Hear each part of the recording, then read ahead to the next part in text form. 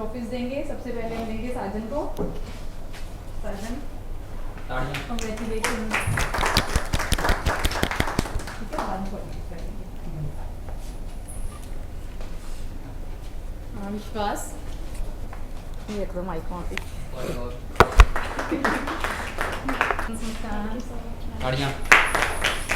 Speaking का trial क्यों देते हैं हम? स्पीकिंग का ट्रायल इसीलिए देते हैं कि 1 वीक आप आराम से स्पीकिंग करो, क्योंकि स्पीकिंग से सभी को मार्क्स जाने हैं, even your reading, even your writing. ठीक है, सो इवन जो स्पीकिंग है उसमें किसी से भी मार्क्स लेने नहीं है, तो आपकी स्पीकिंग A1 होनी चाहिए, क्योंकि अगर आपको स्पीकिंग आ गई दैट मीन्स कि आपको फर्दर मॉड्यूल्स ईजिली आ जाएंगे। तो आपने ये नहीं करना, भागने वाली बात नहीं करनी है कि फटाफट स्पीकिंग होगी राइटिंग शुरू करें।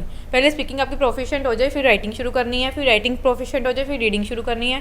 फिर जब रीडिंग प्रोफिशिएंटली, जैसे मैम योगिता मैम आपको बताते हैं कि क्वेश्चन है ना, कैसे वो कैब यूज़ करनी है, कैसे आप कहाँ से किस फिल इन द ब्लैंक्स को कैसे आप अपना ट्रिक के साथ भी और अंडरस्टैंडिंग के साथ भी फिल कर सकते हो। एज वेल आपके रीऑर्डर्स हो गए, ठीक है, ये सभी 50 नंबर्स के बन जाते हैं। तो ऐसे रीडिंग, इनकी 50 नंबर्स की रीडिंग करके कंप्लीट, आफ्टर दैट आपने क्या करना है, आफ्टर दैट आपने लिसनिंग शुरू करनी है। ये हमेशा ध्यान रखना है, क्राइटेरिया वाइज करना है। अगर जितना भागोगे, जल्दी जल्दी करने की कोशिश करोगे, उतना ही छूटेगा।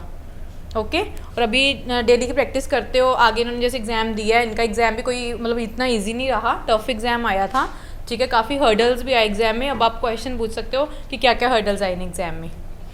सुन लिया सेंटेंस, आपको पता लग रहा है कि ये कीवर्ड्स हैं, कीवर्ड्स ये बनते हैं, इनसे ही लाइन कंप्लीट हो रही है। तो चाहे आप कोई लाइन कंप्लीट मत करो, ठीक है, ना उसका कोई टेंस बनाओ, कुछ करो, आपने बस वो जो सुने हैं ना वर्ड्स, उनको अच्छे से प्रोनाउंस करना है फ्लुएंसी के साथ। ऐसे किया था आपने, इनके पूरे 9 बैंड्स आए हैं स्पीकिंग में। इवन इनके भी अच्छे बैंड्स, इनके भी अच्छे 7.5 है ना, और आपके 7 बैंड्स हैं, 7 बैंड्स हैं।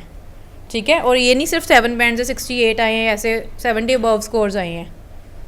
तो इसीलिए, और बताओ कैसे था रिपीट सेंटेंस में? आपने एक ट्रिक ये यूज़ की थी, सेकंड ट्रिक ਇਹ ਸੀ ਕਿ ਜਿਵੇਂ ਮੈਮ ਨੇ ਕਿਹਾ ਕਿ ਕੀਵਰਡਸ ਮੇਨ ਆਪਾਂ ਕੀਵਰਡਸ ਦੇਖਣੇ ਆ, ਉਹੀ ਕਿ ਜਿਵੇਂ ਇੱਕ ਲਾਈਨ 'ਚ 7 ਵਰਡ ਆ ਗਏ, ਤੇ 7 ਵਰਡ 'ਚ ਆਪਾਂ 3 ਮੇਨ ਕੀਵਰਡ ਦੇਖ ਲੈਣੇ, 3 ਜਾਂ 4, ਤੇ ਉਹੀ ਫਲੂਐਂਸੀ 'ਚ ਮਤਲਬ ਕਿ ਉਹੀ ਪ੍ਰੋਨਾਊਂਸੀਏਸ਼ਨ 'ਚ ਪੂਰੇ ਕਲੀਅਰਟੀ ਨਾਲ ਉਹ ਵਰਡ ਆਪਾਂ ਬੋਲ ਦੇਣੇ ਆ, ਤੇ ਉਹਦੇ ਨਾਲ ਆਪਣੇ ਸਕੋਰਸ ਵਧੀਆ ਆਉਗੇ। ਜੇ ਇੱਕ ਵਾਰੀ ਤੁਸੀਂ ਇੱਥੇ ਟਰਾਈ ਕਰੋਗੇ ਤਾਂ ਤੁਹਾਡਾ ਹੌਲੀ ਹੌਲੀ ਤੁਹਾਡਾ ਮਤਲਬ ਕਿ ਵਧੀਆ ਹੋਣਾ ਸ਼ੁਰੂ ਹੋ ਜਾਊਗਾ। ਪੁੱਛੋ ਕੋਈ ਕੁਐਸਚਨ ਹੈਗਾ ਤਾਂ ਮੈਂ ਦੱਸ ਦੂੰਗਾ। ਸਮਰਾਈਜ਼ ਰਿਟਨ ਟੈਸਟ ਉਹਦਾ ਫਿਰ ਮੇਨ ਕੀਵਰਡਸ ਹੀ ਹੁੰਦਾ ਉਹਨਾਂ 'ਚ ਵੀ। ਨਹੀਂ, ਕੀਵਰਡਸ ਆਪਾਂ ਜਿਵੇਂ ਇੱਕ ਲਾਈਨ ਦੇ ਵਿੱਚ ਜਾਣੇ ਆ, ਕੀਵਰਡਸ ਦੇ ਵਿੱਚੋਂ ਚੱਕ ਸਕਦੇ ਆ ਕਿ ਲਾਈਨ ਪ੍ਰੋਪਰ ਰੀਡ ਨਹੀਂ ਆ? ਵਿੱਚੋਂ ਵੀ ਚੱਕ ਸਕਦੇ ਹੋ ਤੁਸੀਂ, ਇਹ ਜ਼ਰੂਰੀ ਨਹੀਂ ਹੈਗਾ। ਕਈ ਵਾਰੀ ਆਪਾਂ ਵਿੱਚੋਂ ਲਾਈਨ ਚੱਕ ਲੈਂਦੇ ਆ, ਉਹ ਨੰਬਰ ਨਹੀਂ ਆਉਂਦੇ ਤੁਹਾਡੇ। ਕਈ ਵਾਰੀ ਜਿਹੜੇ ਆਪਣੇ ਮੇਨ ਕੀਵਰਡਸ ਵਿੱਚ ਹੁੰਦੇ ਉਹ ਰਹਿ ਜਾਂਦੇ ਆ। ਜੇ ਇੱਕ ਦੋ ਤੁਸੀਂ ਕੀਵਰਡ ਵੀ ਐਡ ਕਰ ਦੋਗੇ ਕੋਈ ਨਹੀਂ ਹੋਊਗਾ, ਕੋਈ ਦਿੱਕਤ ਨਹੀਂ ਹੋਣੀ। ਲਾਈਨ ਦੇ ਵਿੱਚ ਹੀ ਕਰ ਦੋ। ਕਿਵੇਂ? ਗ੍ਰਾਮਰ ਮਿਸਟੇਕ ਹੋ ਜਾਏਗੀ, ਕੋਮਾ ਪਾ ਦੋ ਵਿੱਚ, ਕੁਝ ਨਹੀਂ ਹੁੰਦਾ। ग्रामर मिस्टेक नहीं होएगी। ਇਦਾਂ ਆਪਾਂ ਇਦਾਂ ਲਿਖ ਸਕਦੇ ਹਾਂ, ਇਟ ਕੰਟੇਨਸ, ਅੱਗੇ ਲਿਖ ਦੋ 2 ਕੀਵਰਡ, ਇਟ ਕੰਟੇਨਸ ਲਿਖ ਦੋ, ਕੁਝ ਨਹੀਂ ਹੁੰਦਾ। ਜਿੱਦਾਂ ਆਪਾਂ ਸਟਾਰਟਿੰਗ 'ਚ ਲਾਉਂਦੇ ਆ ਕੋਮਾ ਪਾ ਕੇ ਐਂਡ ਲਿਖਦੇ ਆ, ਫਿਰ ਲਾਈਨ ਕਨੈਕਟ ਕਰਕੇ ਫਿਰ ਬੱਟ ਕਰਕੇ ਫਿਰ ਲਾਸਟ ਲਾਈਨ ਲਿਖਦੇ ਆ ਨਾ, ਇਹਦਾ ਉਹ ਐਂਡ ਤੋਂ ਬਾਅਦ ਆਪਾਂ ਇੱਕ ਲਾਈਨ ਐਡ ਕਰਤੀ, ਕੋਮਾ ਪਾ ਕੇ ਫਿਰ ਲਿਖ ਦੋ 'ਚ ਇਟ ਕੰਟੇਨਸ, 2-3 ਕੀਵਰਡਸ ਪਾ ਦੋ ਵਿੱਚ ਜਿਹੜੇ ਤੁਹਾਨੂੰ ਲੱਗਦੇ ਆ ਮੇਨ ਆ। ਉਸ ਤੋਂ ਬਾਅਦ ਫਿਰ ਬੱਟ ਕਰਕੇ ਲਾਸਟ ਲਾइन ऐड कर दो, ਜਿਹੜਾ ਰਿਜ਼ਲਟ ਹੁੰਦਾ ਉਹਦਾ। एंड बट ऑल्सो यूज़ करते हो, मोर ओवर यूज़ करना शुरू किया आपने। मोर ओवर, देयरफॉर, हाउएवर, ये थोड़े हो गए अच्छे लेवल के। जैसे आप बोल सकते हो कि हाँ थोड़ा ना देखने में पता लगता है कि हाँ हमें इंग्लिश आती है। कुछ भी नहीं करना है कि इंग्लिश को इम्प्रेसिव बनाना है, ठीक है ना। तो अच्छे कीवर्ड्स यूज़ करो, मोर ओवर, हाउएवर, देयरफॉर। हाँ, तो मैं ये पहले हम यूज़ करते थे एंड बट ऑल्सो, बट हमने बाद में इम्प्रूवमेंट की है, क्योंकि ऑस्ट्रेलिया में ये यूज़ करते हैं, हाउएवर, मोर ओवर ये यूज़ करते हैं, तो उनके स्कोर्स भी बहुत अच्छे आते हैं, 80 अबव आते हैं उनके स्कोर्स।